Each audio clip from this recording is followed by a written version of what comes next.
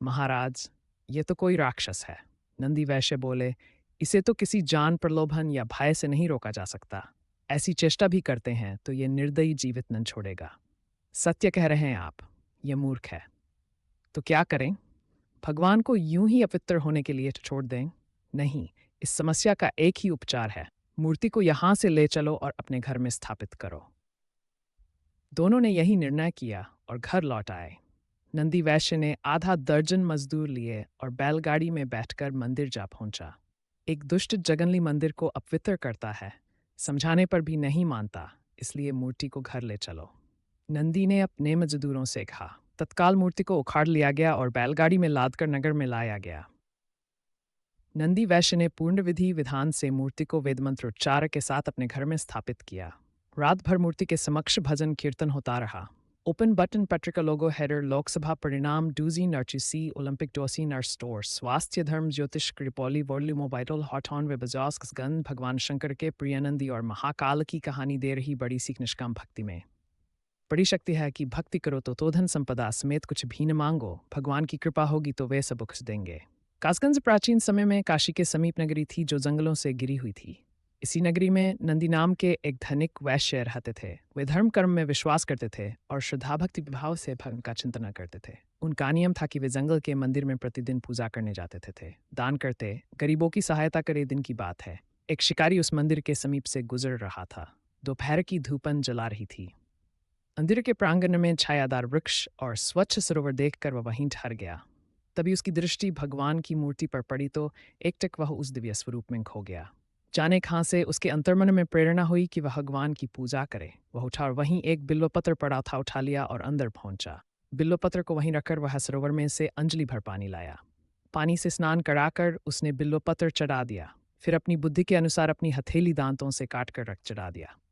पूजा से निवृत्त होकर वह पेड़क नीचे लेटा तो उसे भूख प्यास नहीं लग रही थी, जबकि वह सुबह का भूखा था। इसे भगवान का ही चमत्कार समझकर उसने रोज वहां आकर पूजा करने का निश्चय किया। दूसरे दिन प्रातः काल नंदी वैश्य पूजा करने आए। मंदिर में सड़ा हुआ बिल्व पत्र और खून के छींटे देखकर वह अवाक रह गए।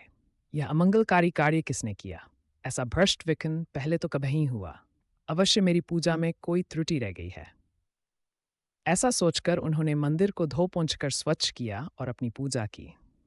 तत्पश्चात घर लौटकर अपने पुरोहित को यह सब बताया। अवश्य कोई दुष्ट जगनली होगा।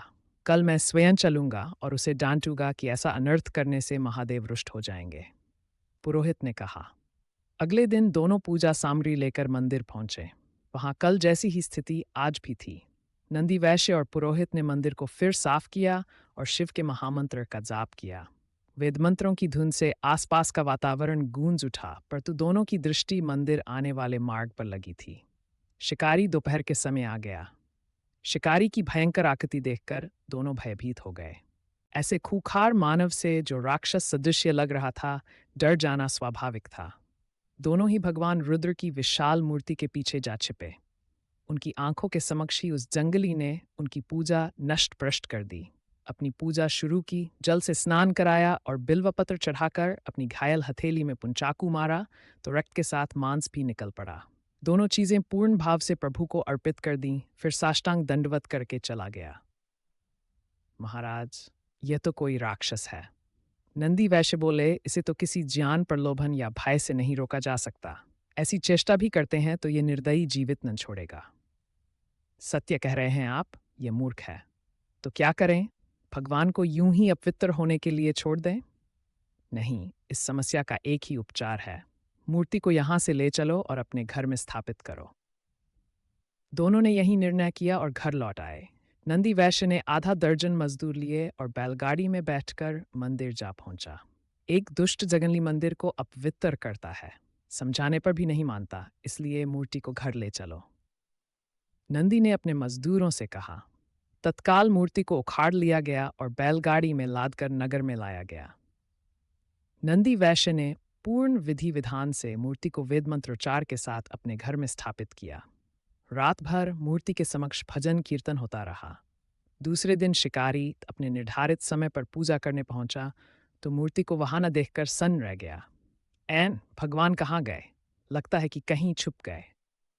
शिकारी ने मंदिर का कोना कोना छान मारा। भगवान वहां कहीं भी न थे। वह वहीं बैठकर जोर जोर से रोने लगा। हे शंभो! वह भाव विह्वल होकर रोने लगा। मुझे क्यों त्याग दिया भगवान? मुझसे क्या भूल हो गई जो आप इस तरह मुझ छोड़कर चले गए? मैंने तो कोई अपराध नहीं किया। यदि भूलवश कोई अपराध हो भी गया है तो मुझे क्षमा कर दो प्रभु। मैं आपकी पूजा के लिए व्याकुल हूं। भगवान वहां होते तब तो उत्तर देते। शिकारी ने उस मूर्ति स्थल को ही भगवान की संज्ञा दी और अपनी पूजा प्रारंभ कर दी। हे जगन्नाथ! बिना आराध्य के कैसी पूजा? परंतु मैं विवश हूं। मेरा आवेग नहीं रुकता। मेरी ये पूजा स्वीकार करो और तत्पश्चात मैं अपने प्राण त्याग दूंगा, क्योंकि बिना स्वामी के दास कैसे जीवित रह सकता है? उसने बिल्व पत्र और जल चढ़ाकर अपने हाथ से मांस काटकर रक्त सहित उसी स्थान पर समर्पित कर दिया जहां पहले मूर्ति थी। फिर सरोवर में स्नान करके अखंड ध्यान में बैठ गया। उसके हृदय में कोई कामना नहीं रही थी। दिन प्रतिदिन उसका ध्यान सघन हो रहा था। उसके हृदय में की धुन प्रतिध्वनित हो रही थी। किरात की कठिन साधना श्वास से विरत होकर प्राण में पहुंच गई थी। कैलाशवासी महादेव अपनी समाधि में लीन थे। जब भक्त की प्राणयुक्त पुकार उनके मर्म से टकराई तो भगवान भोलेनाथ ने समाधि छोड़ दी और दिव्य दृष्टि से चन्हू और देखा। किरात को निष्काम भक्ति करते देखा तो दौड़े उसके समक्ष पहुंचे। वत्स, आंखें खोलो, मैं तुम्हारे समक्ष हूं। तुम्हारे कठिन तप और भक्ति भाव से मैं अति प्रसन्न हूं। तुम अपनी अभिलाषा व्यक्त करो, भगवान रुद्र ने प्रेमपूर्वक कहा। किरात ने आंखें खोलीं तो समक्ष अपने आराध्य की देखा। भगवान! वह विह्वल होकर उनके चरणों से लिपट गया। आपने दर्शन देकर मुझे कृतार्थ किया। मैं सिर्फ इतनी अभिलाषा रखता हूं कि मैं सदैव आपके ध्यान भक्ति और सेवा में निरत रहूं। तथास्तु, आज से तुम मेरे पार्षद हुए। मैं तुम्हें अपनी सेवा में लेता हूं। किरात प्रसन्नता से नाच उठा। उसकी ये दशा देखकर भोले भंडारी भी डमरू बजाने लगे और सुंदर नृत्य कर उठे। उनका डमरू बजा तो देवी देवताओं ने भी अन्य वाद्ययंत्रों से उस आनंदपूर्ण स्थिति का आनंद बढ़ा दिया। तीनों लोकों में ओम ओम की प्रतिध्वनि हो रही थी। शंख मृदंग ढोलक इत्यादि की सुरीली लय से सर्वत्र आनंद उमड़ उठा। शिव भक्तों में तो जैसे आनंद की बार आ गई। चंहू और बम भोले गुंजायमान हो रहा था। नंदी वैश्य भी अपने घर में बैठे थे। जब उन्होंने सुना कि जंगल वाले मंदिर पर स्वयं देवाधिदेव डमरू बजाकर नृत्य कर रहे हैं तो वह नंगे पांवों ही दौड़ते चले गए। मंदिर पर अपार भीड़ एकत्र थी। कितना विहंगम दृश्य था। नंदी वैश्य ने किरात को भगवान शंकर के साथ नृत्य करते देखा तो उन्हें आश्चर्य के साथ किरात के प्रति अपने पूर्व विचारों पर क्षोभ हुआ। मैं कितना अधम हूं जो भगवान के प्यारे भक्त को अपशब्द कहता था। मैंने ही उसे उसके आराध्य जी की पूजा न करने देने का निष्फल प्रयास किया।